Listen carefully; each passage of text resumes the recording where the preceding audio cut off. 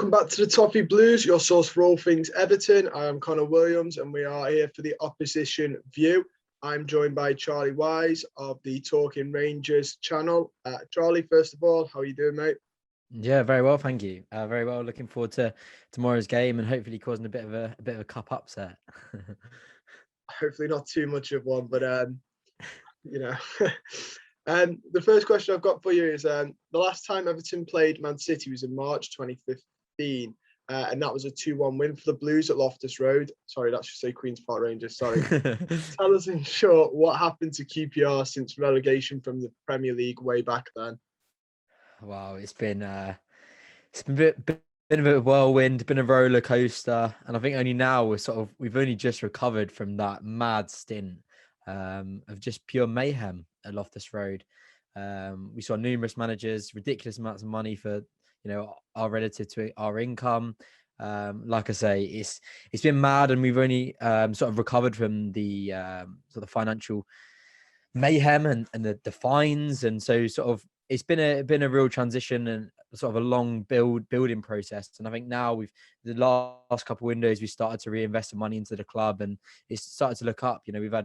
We've cut the wage bill massively the last few years, and it's been a real change to see some of the players we brought in a good few years ago and the wages to what it's on now. We're just back to little old QPR now, and nothing like what we were paying and what we were up to a few years ago. So no, it's nice to win the championship and just enjoy the chance of winning games, because when we were in that mess, we were returning up to games just knowing we were going to get battered. So yeah, no, it's been mad. No problem. So QPR finished 9th last season. For people who might not have been, championship watchers, just because obviously we're Everton channel, was that a good finish for you guys? Were you a bit disappointed? No, I think, to be fair, that was a very good season. We started quite poorly, and our tail end from 2021 onwards, we were fantastic into the second half of last season. And no, it was a really good season for us. We've had quite a few seasons of mediocrity, but then at the same time, that's going to come from lack of investment and sort of reducing the wage bill. And so, we started to bring through some young talent last year that's really, really progressed and flourishing this season as well. So no, I think the season before we finished maybe like 16, 17 or something, and then to go to 9th, only about 5 or 6 points off the playoffs. That was quite a big jump. And hopefully this year we built on that, and hopefully we're going to get in the playoffs this year. At least I'm hoping.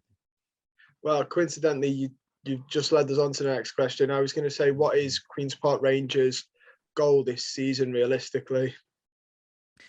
I mean, like you say, finished 9th last year and not too far off the playoffs. We've had quite a few loan players that came in January that kind of really helped the resurgence of the side. We signed all of them.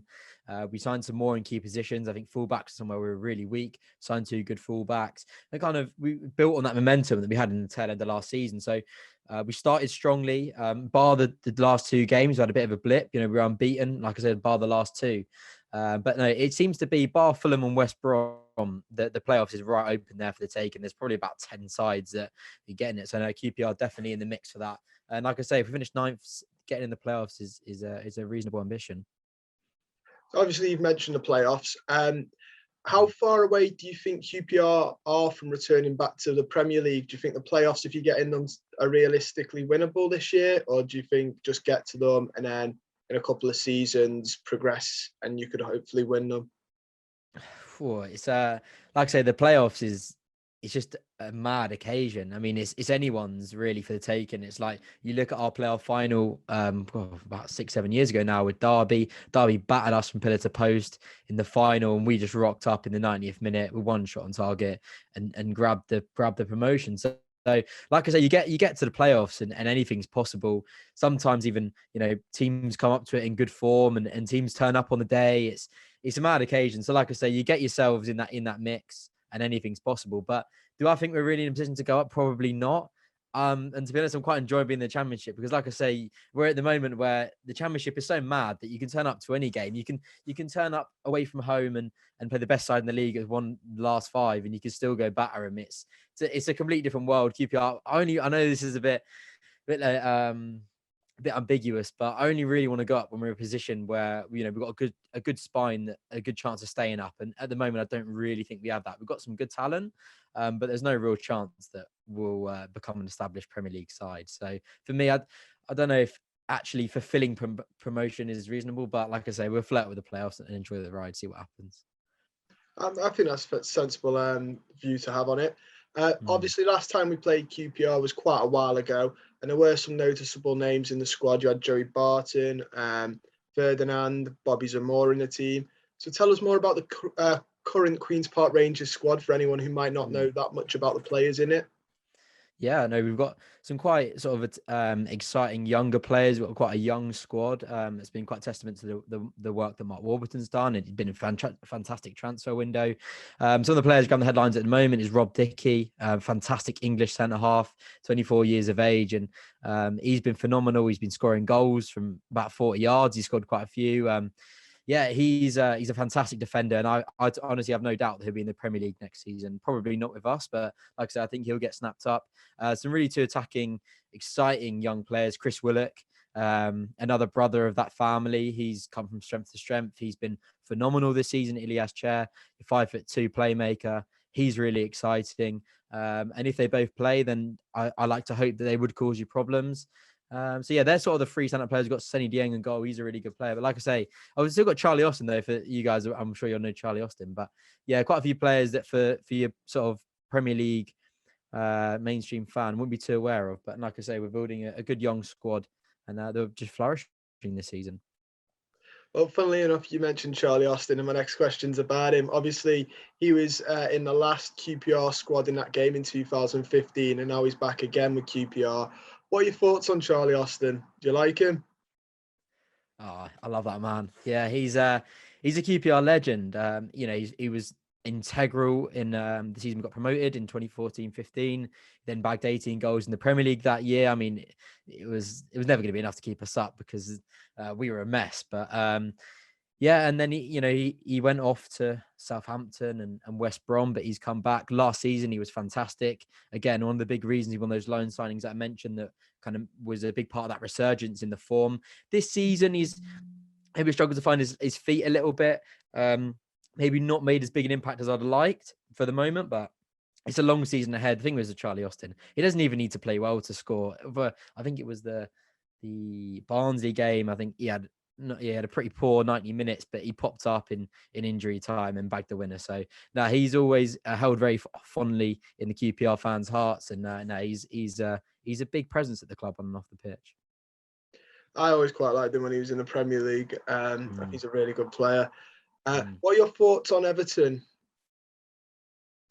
Yeah, I mean, I'm probably, according to you guys, I watch a lot of Championship football. Don't get me wrong, I do like watching the Premier League as well. But yeah, Everton I think Rafa Benitez has made a good start. I mean, you guys are flying in the league. And I just want to say the signing of Gray just blows my mind how you're able to snatch him up for that sort of money. I think that's even money QPR could afford. So yeah, mental. But no, you got some fantastic players.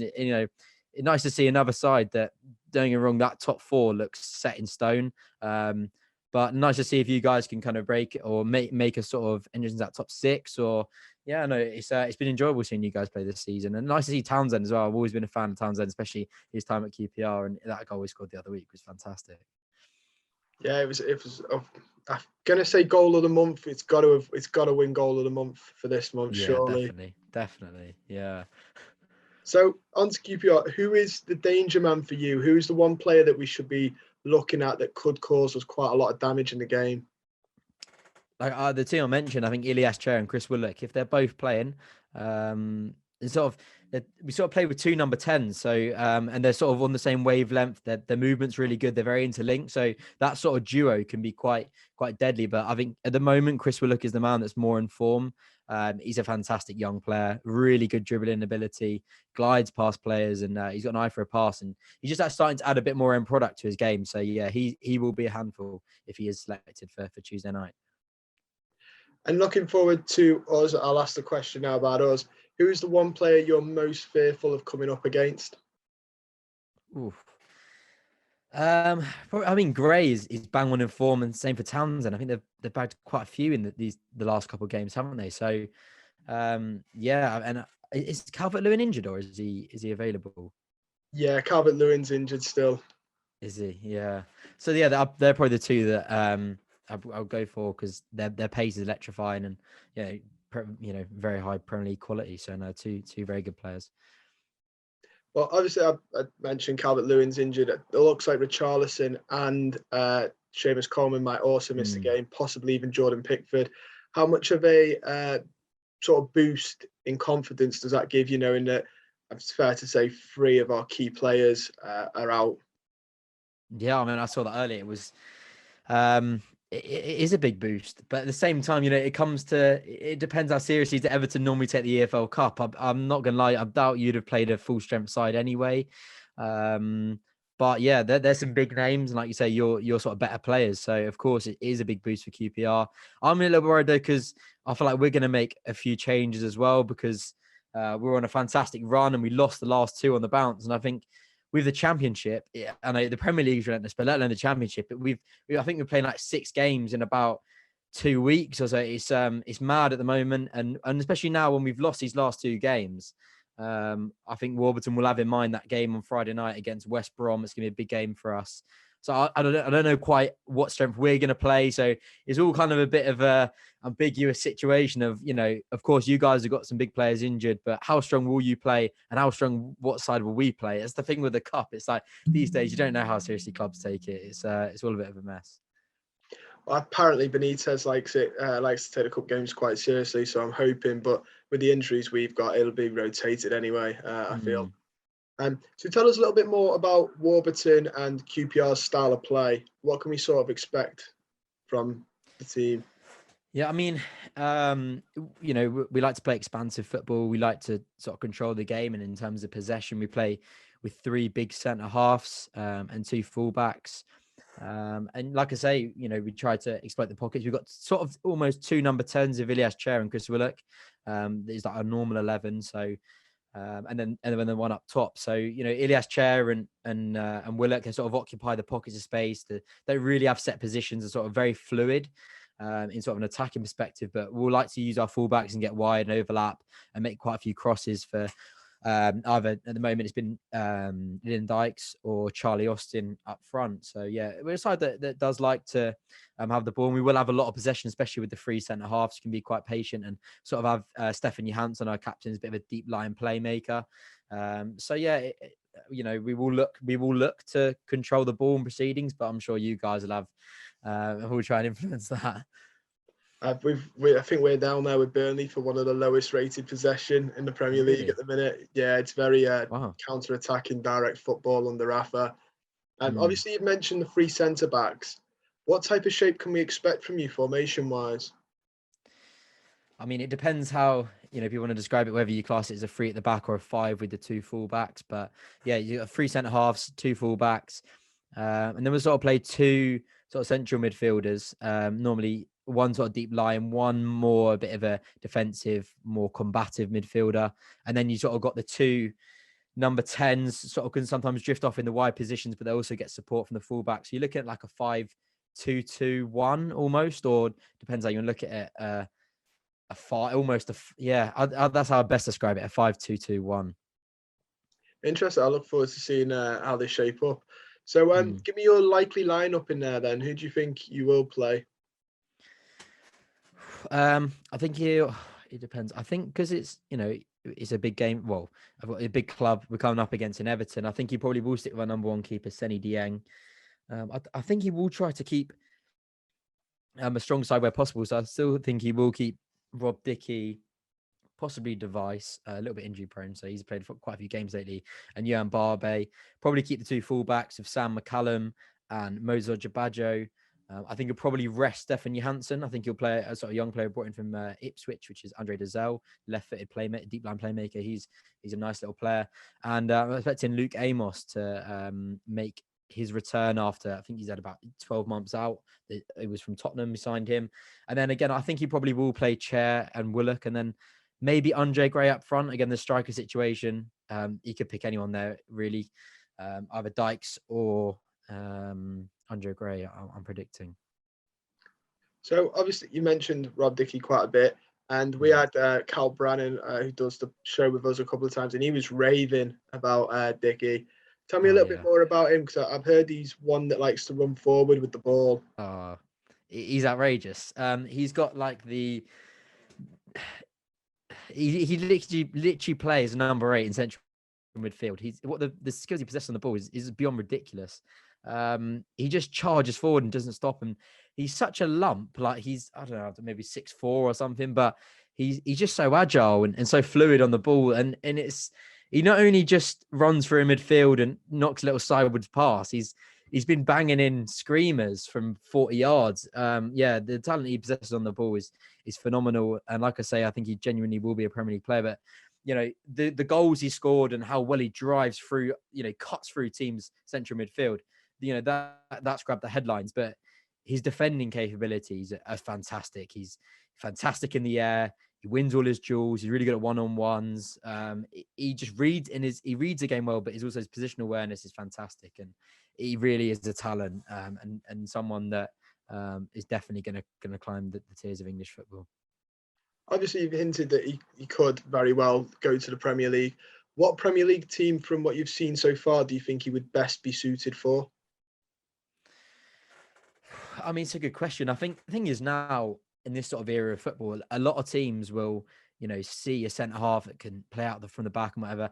And maybe even teams that don't have the most expansive styles, even like yourselves, it's never a bad attribute to have from someone that can, you know, sometimes when, you know, you're not having too much joy playing through the thirds, and someone that will just simply step into midfield and just run through.